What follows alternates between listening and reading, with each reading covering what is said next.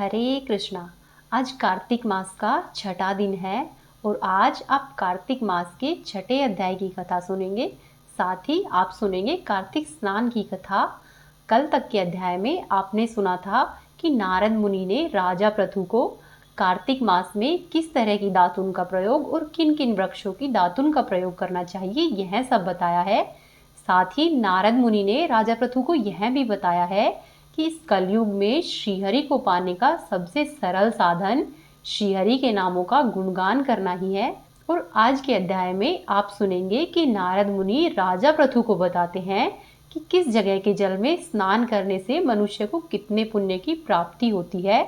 साथ ही आज नारद मुनि यह भी बताएंगे कि किस प्रकार से मनुष्य को अर्घ देना चाहिए व किस प्रकार से आचमन करना चाहिए। तो आइए श्रीहरि के चरणों का ध्यान करते हुए हम आज की आगे की कथा शुरू करते हैं। नारद मुनि राजा पृथु से कहते हैं कि हे राजन, जब 2 घड़ी की रात बाकी रहे तब तुलसी की मिट्टी, वस्त्र और कलश लेकर जलाशय पर जाना चाहिए। कार्तिक मास में जहाँ कहीं भी जलाशय में जल हो, घर से बाहर उसमें स्नान करना चाहिए। गर्म जल की अपेक्षा ठंडे जल में स्नान करने से 10 गुना पुण्य प्राप्त होता है और उससे 100 गुना पुण्य बाहरी कुएं के जल में स्नान करने से होता है। उससे अधिक पुण्य पोखर में स्नान करने से होता है। हे राजन, पोखर में स्नान करने से भी अधिक पुण्य झरनों में स्नान करने से होता है और उससे भी अधिक पुण्य कार्तिक मास में नदी स्नान करने से होता है। हे राजन, नदी में स्नान करने से 10 गुना पुण्य वहाँ होता है जहाँ पर 2 नदियों का संगम हो रहा हो। और यदि कहीं पर 3 नदियों का संगम हो और वहाँ पर मनुष्य स्नान करे तो उसके पुण्य की कोई सीमा ही नहीं है। स्नान करने से पहले भगवान का ध्यान करके स्नानार्थ संकल्प करना चाहिए। फिर तीर्थ में उपस्थित देवताओं को क्रमशः अर्घ्य और आचमन आदि देना चाहिए। हे राजन, अर्घ्य मंत्र इस प्रकार से है। हे कमलनाथ, आपको नमस्कार है। हे जलशायी भगवान, आपको प्रणाम है। हे ऋषिकेश, आपको मेरा नमस्कार है। हे प्रभु, मेरे दिए गए अर्घ्य को आप ग्रहण करें। वैकुंठ, प्रयाग तथा बद्रिकाश्रम में जहाँ कहीं भी भगवान विष्णु गए वहाँ पर उन्होंने 3 प्रकार से अपना पाव रखा था। वहाँ पर ऋषि, वेद और यज्ञों के सहित सभी देवता मेरी रक्षा करते रहे। हे जनार्दन, हे दामोदर, हे देवेश, आपको प्रसन्न करने हेतु मैं कार्तिक मास में विधि विधान से ब्रह्म मुहूर्त में स्नान कर रही हूँ। हे प्रभु, आपकी कृपा से मेरे सभी पापों का नाश हो। हे प्रभु, कार्तिक मास में व्रत तथा विधि पूर्वक स्नान करने वाली मैं अर्घ्य देती हूँ। आप राधिका के सहित इस अर्घ्य को ग्रहण करें। हे कृष्ण, हे बलशाली राक्षसों का संहार करने वाले भगवान, हे पापों का नाश करने वाले, कार्तिक मास में प्रतिदिन दिए हुए मेरे इस अर्घ्य द्वारा कार्तिक स्नान का व्रत करने वाला फल मुझे प्राप्त हो। फिर आगे नारद मुनि कहते हैं कि हे राजन, उसके बाद भगवान विष्णु, शिव तथा सूर्य भगवान का ध्यान करके जल में प्रवेश करके नाभि के बराबर जल में खड़े होकर विधि पूर्वक स्नान करना चाहिए। गृहस्थ मनुष्य को तिल और आंवले का चूर्ण लगाकर तथा विधवा स्त्री व यति को तुलसी की जड़ की मिट्टी लगाकर स्नान करना चाहिए। सप्तमी, अमावस्या, नवमी, त्रयोदशी, द्वितीया, दशमी आदि तिथियों को आंवला तथा तिल से स्नान करना वर्जित है। स्नान करते हुए निम्न शब्दों का उच्चारण करना चाहिए कि हे प्रभु, जिस भक्ति भाव से आपने देवताओं के कार्य के लिए 3 प्रकार का रूप धारण किया था, वहीं पापों का नाश करने वाले भगवान श्री हरि विष्णु, आप अपनी कृपा से मुझे पवित्र बनाए। जो भी मनुष्य भगवान विष्णु की आज्ञा से कार्तिक मास का व्रत करता है उसकी इंद्रादि सभी देवता रक्षा करते हैं, इसीलिए वह मुझको पवित्र करे। बीजों, रहस्यों तथा यज्ञों के सहित वेदों के मंत्र, कश्यप आदि ऋषि, इंद्रादि देवता मुझे पवित्र करे। अदिति आदि सभी नारियां, यज्ञ, सिद्ध, सर्प और समस्त औषधियां वे तीनों लोकों के पहाड़ मुझे पवित्र करे। हे राजन, इस प्रकार से कहकर स्नान करने के बाद मनुष्य को अपने हाथ में पवित्री धारण करके देवता, ऋषि, मनुष्यों तथा पितरों का विधि पूर्वक तर्पण करना चाहिए।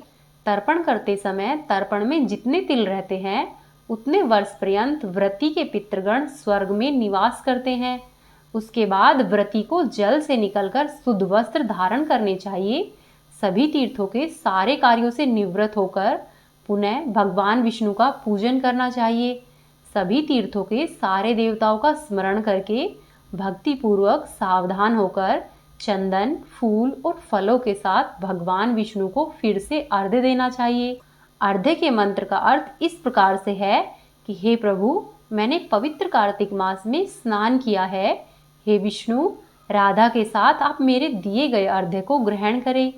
उसके बाद चंदन, फूल और तांबूल आदि से वेदपाठी ब्राह्मणों को श्रद्धा पूर्वक पूजन करें और बारंबार नमस्कार करें। ब्राह्मणों के दाएं पांव में तीर्थ का वास होता है, मुंह में वेद और समस्त अंगों में देवताओं का वास होता है। अपने कल्याण की इच्छा रखने वाले मनुष्य को ब्राह्मणों का न तो अपमान करना चाहिए और न ही इनका विरोध करना चाहिए। फिर एकाग्रचित होकर भगवान विष्णु की प्रिय तुलसी जी की पूजा करनी चाहिए। उनकी परिक्रमा करके उनको प्रणाम करना चाहिए। इस प्रकार से कहना चाहिए कि हे देवी, हे तुलसी, देवताओं ने ही प्राचीन काल से तुम्हारा निर्माण किया है और ऋषियों ने तुम्हारी पूजा की है। हे विष्णु प्रिया तुलसी, आपको नमस्कार है। आप मेरे समस्त पापों का नाश करो। फिर आगे नारद मुनि कहते हैं कि हे राजन, इस प्रकार जो भी मनुष्य भक्ति पूर्वक कार्तिक माह के व्रत का अनुष्ठान करते हैं, वे मनुष्य संसार के सुखों का भोग करते हुए अंत में मोक्ष को पाते हैं। कार्तिक मास का छठा अध्याय यहीं पर समाप्त होता है। बोले श्री हरि विष्णु भगवान की जय। बोले तुलसी महारानी की जय। जय गंगा मैया। जय श्री हरि। ओम नमः शिवाय। अब आप सुनिए कार्तिक स्नान की कथा, जो कि है श्री कृष्ण और बुढ़िया माई का खिचड़ी का कटोरा। कथा के अनुसार किसी गांव में एक बुढ़िया रहती थी। वह कार्तिक का व्रत रखा करती। उसके व्रत खोलने के समय भगवान श्री कृष्ण आते और एक कटोरा खिचड़ी का रखकर चले जाते। बुढ़िया के पड़ोस में एक औरत रहती थी। वह औरत उस बुढ़िया माई को देखकर ईर्ष्या करती कि इस बुढ़िया का कोई भी नहीं है, फिर भी इसको रोजाना ही खाने के लिए खिचड़ी मिल जाती है। एक दिन कार्तिक के महीने का स्नान करने के लिए बुढ़िया माई गंगा जी गई हुई थी। पीछे से कृष्ण भगवान आए और उसका खिचड़ी का कटोरा उसके घर पर रखकर चले गए। पड़ोसन ने जब खिचड़ी का कटोरा रखा हुआ देखा और देखा कि बुढ़िया नहीं है, तब उस पड़ोसन ने कटोरे को उठाया और घर के पीछे की तरफ उसको फेंक आई। कार्तिक स्नान के बाद जब बुढ़िया घर पर आई तो उसे खिचड़ी का कटोरा नहीं मिला और बुढ़िया माई इस तरह से भूखी रह गई। बार बार वह एक ही बात कहती कि कहाँ गई मेरी खिचड़ी और कहाँ गया मेरा खिचड़ी का कटोरा। दूसरी ओर पड़ोसन ने जहाँ पर खिचड़ी गिराई थी वहाँ पर एक पौधा उगाया। उस पौधे में 2 फूल खिल गए। एक बार राजा उस ओर से निकल रहा था तो राजा की नज़र उन दोनों फूलों पर पड़ी और राजा उन दोनों फूलों को तोड़कर अपने घर पर ले आया। घर पर आने पर उसने वह फूल रानी को दे दिए। उन फूलों को जब रानी ने सूंघा तो रानी गर्भवती हो गई। कुछ समय के बाद रानी ने 2 पुत्रों को जन्म दिया। राजा के दोनों पुत्र धीरे धीरे बड़े होते गए, लेकिन वो दोनों ही किसी से कुछ भी नहीं बोलते थे। लेकिन जब वे दोनों शिकार पर जाते तब रास्ते में उन्हें वही बुढ़िया मिलती जो अभी भी यही कहती रहती थी कि कहाँ गई मेरी खिचड़ी और कहाँ गया मेरा कटोरा। बुढ़िया की बात सुनकर वह दोनों कहते कि हम है तेरी खिचड़ी और हम है तेरा कटोरा। हर बार जब भी वे दोनों शिकार पर जाते तो बुढ़िया यही बात कहती और वो दोनों भी वही उत्तर देते। एक बार राजा के कानों में यह बात पड़ गई। राजा को बहुत आश्चर्य हुआ कि दोनों लड़के किसी से नहीं बोलते तो ये दोनों उस बुढ़िया माई से कैसे बात करते हैं। राजा ने बुढ़िया को राजमहल में बुलवाया और कहा कि बुढ़िया माई, हम में से तो ये दोनों किसी से नहीं बोलते, लेकिन तुमसे ये दोनों कैसे बातें करते हैं। तब बुढ़िया ने कहा कि महाराज, मुझे नहीं पता ये दोनों मुझसे कैसे बोल लेते हैं। मैं तो कार्तिक का व्रत रखती थी और कार्तिक स्नान करती थी और प्रतिदिन ही कृष्ण भगवान मुझे खिचड़ी का एक कटोरा देकर जाते थे। एक दिन मैं स्नान करके वापस आई तो मुझे मेरी खिचड़ी नहीं मिली। तब से ही मैं कहने लगी हूँ कि कहाँ गई मेरी खिचड़ी और कहाँ गया मेरा कटोरा। इतना कहकर बुढ़िया चुपचाप खड़ी हो गई। तब दोनों लड़के बोले कि बुढ़िया माई, तुम्हारी पड़ोसन ने तुम्हारी खिचड़ी फेंक दी थी तो उसके 2 फूल बन गए थे, और उन दोनों फूलों को राजा तोड़कर महल में ले आया, और रानी ने जब उन फूलों को सूंघा तो हम दोनों लड़कों का जन्म हुआ। हम दोनों को भगवान ने तुम्हारे लिए ही भेजा है। राजा ने सारी बात सुनी और फिर बुढ़िया माई को अपने महल में रहने के लिए आग्रह किया, और फिर तब से बुढ़िया माई राजा के महल में ही रहने लग गई। हे कार्तिक के महाराज, जैसे आपने बुढ़िया माई की सुनी है वैसी ही सभी की सुनना। इस कहानी को कहने वाले, सुनने वाले और होकारा भरने वाले सब पर अपनी कृपा बनाकर रखना। बोलो कार्तिक के ठाकुर की जय। बहुत समय पहले की बात है। किसी गांव में एक बुढ़िया रहती थी। उसके 4 बेटे थे। बुढ़िया ने 4 ही भैंसें पालकर रखी थी। जब कार्तिक माह आया तो बुढ़िया ने अपनी चारों बहुओं को बुलाया और उनसे कहा कि मैं तो कार्तिक स्नान करने के लिए जा रही हूँ। तुम ऐसा करो, चारों एक एक भैंस को रख लो। मैं जब कार्तिक स्नान करके वापस लौटूंगी तो देखूंगी कि किसने सबसे ज्यादा घी बनाकर रखा है। ऐसा कहकर और चारों बहुओं को एक एक भैंस देकर बुढ़िया माई कार्तिक स्नान करने के लिए चली गई। उन चारों बहुओं में से सबसे छोटी बहू बुढ़िया की बहुत लाडली थी। बुढ़िया के जाने के बाद तीनों बड़ी बहुओं ने सोचा कि छोटी बहू को नीचा दिखाने का यही मौका है। छोटी बहू को कुछ भी काम करना नहीं आता है। छोटी बहू ना तो दही जमाना जानती थी और ना ही उसे घी निकालना आता था। तीनों बड़ी बहुओं ने जानबूझकर उसे कुछ भी नहीं बताया, जिससे कि उसे अपनी सास से डांट खानी पड़े। तीनों जेठानियां घी बनाने में जुट गई, लेकिन छोटी बहू को कुछ नहीं आता था तो वह सारा दूध और दही पीपल पथवारी में गिरा देती थी। छोटी बहू बहुत सीधी थी और मन से बहुत भोली थी। महीना पूरा होने पर आया। उसकी तीनों जेठानियों ने एक एक डब्बा घी का भरकर रख लिया, लेकिन छोटी बहू ने जरा सा भी घी नहीं निकाला था। बुढ़िया के आने का समय हो गया। अपनी सास के आने की खबर सुनकर छोटी बहू पथवारी माता से कहती है कि हे माता, अब मैं क्या करूं? मैंने तो सारा दूध और सारा दही यहाँ पर ही गिराया है। अब मेरी सास मुझे घी के लिए पूछेगी तो मैं क्या कहूंगी? उसकी बात सुनकर पथवारी माता बोली कि छोटी बहू, तुम ऐसा करो, तुम ये 4 कंकड़ ले जाओ और 4 खाली डिब्बों में एक एक कर रख देना। ऐसा करने से चारों डब्बे घी से भर जाएंगे। छोटी बहू ने पथवारी माता के कहे अनुसार ही किया। उसके पास अब 4 डब्बे घी के हो गए। जब बुढ़िया कार्तिक स्नान करके वापस अपने घर पर आई तो आते ही उसने अपनी चारों बहुओं को बुलाया और बुलाकर कहा कि लाओ, अपना अपना घी दिखाओ कि किसने कितना घी बनाया है। तब तीनों जेठानियां अपने अपने घी का डब्बा लेकर आ गई और मन ही मन खुश होने लगी कि अब छोटी बहू को सास से डांट पड़ेगी।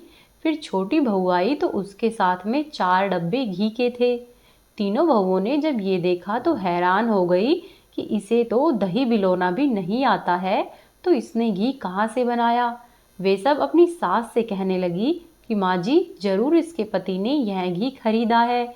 सास के पूछने पर छोटी बहू ने बताया कि माँ जी, मुझे तो कुछ भी नहीं आता था और मेरे बार बार पूछने पर भी किसी ने मुझे कुछ भी नहीं बताया। सास के पूछने पर छोटी बहू ने कहा कि माँ जी, मुझे तो कुछ भी नहीं आता था और मेरे बार बार पूछने पर भी किसी ने मुझे कुछ भी नहीं बताया कि किस तरह से दही बिलोते हैं और किस तरह से घी बनाते हैं। मैं तो सारा दूध और सारे दही को पीपल पथवारी में सींच देती थी। मैं तो सारा दूध पीपल में सींच देती थी और दही पथवारी पर चढ़ा देती थी। यह तो पथवारी माता की कृपा का प्रभाव है। उन्होंने ही मुझे यह सब घी दिया है। ऐसा कहकर छोटी बहू ने अपनी सास को सारी बात कह सुनाई। छोटी बहू की बातें सुनकर सारी बहुओं ने कहा कि अगर पथवारी माता को सींचने का इतना अधिक पुण्य मिलता है तो हम भी अगले साल से पथवारी माता को सींचेंगे और कार्तिक स्नान भी अवश्य ही करेंगे। हे पथवारी माता, जैसी आपने छोटी बहू की सुनी है वैसी ही हम सब की सुनना। कहानी को कहने वाले, सुनने वाले और होकारा भरने वाले सब पर अपनी कृपा बनाकर रखना। प्रेम से बोलिए पथवारी माता की जय, पीपल देव की जय, कार्तिक के ठाकुर की जय। जय श्री कृष्ण। अब आप सुनिए श्री तुलसी चालीसा का पाठ। श्री तुलसी महारानी करूं विनय सिर नाय, जो मम हो संकट विकट दीजे मात नशाय। नमो नमो तुलसी महारानी, महिमा अमित न जाय बखानी। दियो विष्णु तुमको सम्माना, जग में छायो सुयस महाना। विष्णु प्रिया जय जयति भवानी, तीहु लोक की हो सुख खानी। भगवत पूजा कर जो कोई, बिना तुम्हारे सफल नहीं होई। जिन घर तव नहीं होए निवासा, उस पर करी विष्णु नहीं बासा। करे सदा जो तव नित सुमरिन, तेहि के काज होए सब पूरण। कार्तिक मास महात्म तुम्हारा, ताको जानत सब संसारा। तव पूजन जो करे कुआरी, पावे सुंदर वर सुकुमारी। कर जो पूजन नित प्रति नारी, सुख संपत्ति से होए सुखारी। वृद्धा नारी करे जो पूजन, मिले भक्ति होवे पुलकित मन। श्रद्धा से पूजे जो कोई, भवनिधि से तर जावे सोई। कथा भागवत यज्ञ करावे, तुम बिन नहीं सफलता पावे। छायो तब प्रताप जग भारी, ध्यावत तुम ही सकल चितधारी। तुम्ही मात यंत्रण तंत्रण, सकल काज सिद्धि होवे क्षण में। औषधि रूप आप हो माता, सब जग में तव यश विख्याता। देव ऋषि मुनि ओ तपधारी, करत सदा तव जय जयकारी। वेद पुराणन तव यश गाया, महिमा अगम पार नहीं पाया। नमो नमो जय जय सुख कारिणी, नमो नमो जय जय दुख निवारिणी। नमो नमो सुख संपत्ति देनी, नमो नमो अघ काटन छेनी। नमो नमो भक्तन दुख हरणी, नमो नमो दुष्टन मद छेनी।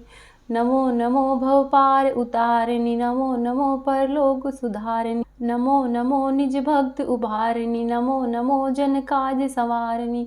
नमो नमो जय कुमति नशावनी, नमो नमो सुख उपजावनी। जयति जयति जय तुलसी माई, ध्याऊ तुमको शीस नवाई। निज जन जानी मोहि अपनाओ, बिगड़े कारज आप बनाओ। करूँ विनय मैं मात तुम्हारी, पूर्ण आशा करऊ हमारी। शरण चरण कर जोरी मनाऊं, निस दिन तेरे ही गुण गाऊं। करऊ मात यह अब मोह पर दाया, निर्मल होए सकल मम काया। मांगू मात यह वर दीजे, सकल मनोरथ पूर्ण कीजे। जानु नाही कुछ नेम अचारा, क्षमऊ मात अपराध हमारा। 12 मास करे जो पूजा, तासम जग में और न दूजा। प्रथम ही गंगा जल मंगवावे, फिर सुंदर स्नान करावे। चंदन अक्षत पुष्प चढ़ावे, धूप दीप नैवेद्य लगावे। करे आचमन गंगा जल से, ध्यान करे हृदय निर्मल से। पाठ करे फिर चालीसा की, स्तुति करे माँ तुलसा की। यह विधि पूजा करे हमेशा, तन नहीं ताके रहे कलेशा। करे मास कार्तिक का साधन, सो नित पवित्र सिद्ध हुई जाही। है यह कथा महासुखदाई, पढ़े सुने सो भव तर जाई।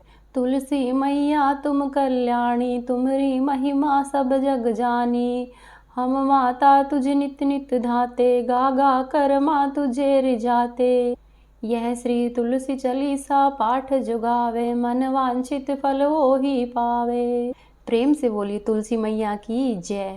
अब आप सुनिए तुलसी माता की आरती। तुलसी महारानी नमो नमो, हरि की पटरानी नमो नमो। तुलसी महारानी नमो नमो, हरि की पटरानी नमो नमो। धन तुलसी पूर्ण तप कीनो, शालिग्राम बनी पटरानी। जाके पत्र मंजरी कोमल, श्रीपति कमल चरण लपटानी। तुलसी महारानी नमो नमो, हरि की पटरानी नमो नमो। धूप दीप नैवेद्य आरती, पुष्पन की वर्षा बरसानी। 56 भोग 3600 व्यंजन, बिन तुलसी हरि एक न मानी। तुलसी महारानी नमो नमो, हरि की पटरानी नमो नमो। सब सखी मैया तेरा यश गावे, भक्ति दान दीजे महारानी। तुलसी महारानी नमो नमो, हरि की पटरानी नमो नमो। तुलसी महारानी नमो नमो, हरि की पटरानी नमो नमो। प्रेम से बोलिए तुलसी मैया की जय।